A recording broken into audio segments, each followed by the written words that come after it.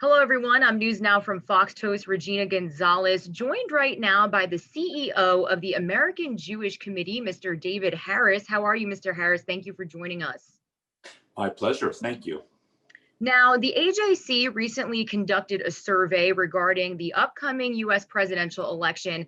Now, before we get into the results of that survey, can you tell me exactly how many Jewish American voters participated and what sort of questions were they answering? Sure. First of all, AJC has been doing these surveys for many years. In fact, we measure Jewish opinion every year, and every 4 years we focus on the presidential elections. We use a company called SSRS, which is well known in the polling world. And our sample size was over 1,300, which is a very large size. And it captures sort of the microcosm of roughly 6.8 million Jews here in the United States. What were those results of that survey? Well, the headline, the number that everyone's interested in is who's going to vote for Trump and who's going to vote for Biden. And our survey found that 75% of the respondents said they intend to vote for Joe Biden. 22% said they intend to vote for Donald Trump. What were the most important issues at stake for Jewish American voters? First of all, it needs to be said that those numbers are not wildly different than in other elections. The highest vote that a Republican candidate ever got in recent history among American Jews was Ronald Reagan, who got about 39 to 40% of the vote in 1980. And the lowest was George H.W. Bush when he ran against Bill Clinton in 1992, and he got barely 12 or 13%. So Donald Trump is right in the middle. According to our survey, and we asked specifically, what are the key issues motivating you? The top two issues for American Jews were COVID-19 and healthcare. I also saw that Israeli relationships were mentioned on the survey. So, how were those relationships also a big factor in the opinion of American Jewish voters? Well, first of all, they were mentioned when people were asked about the priority issues, and foreign policy was one of the options.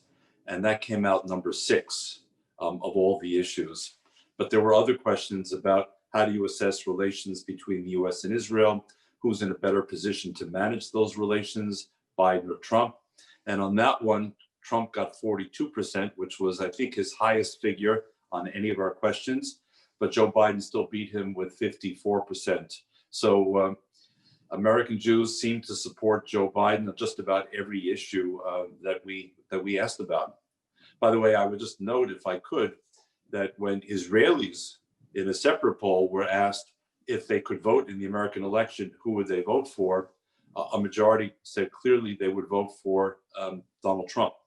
So big gap between American Jews and Israel. And just one other interesting finding, when we break down the Jewish numbers here in the United States, Jews who self-identify as Orthodox or as observant Jews flip the numbers.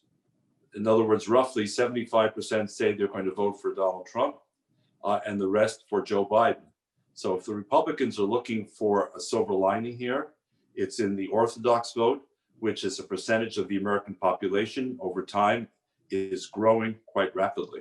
Why conduct a survey such as this? What is the AJC all about? Well, the AJC is an organization founded in 1906. We are a global advocacy organization. We are strictly nonpartisan. I want to stress that to your viewers. We are strictly nonpartisan.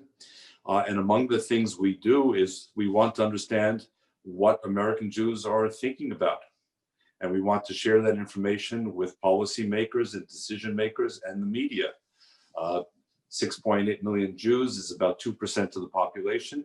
But in a state like Florida, Regina, if it comes down to a close election, the large number of Jews in Florida could help tip the scales in one direction or another, which is why, for example, you're seeing both the Democrats and the Republicans paying a lot of attention to Florida, to a number of the communities there, including very specifically the Jewish community.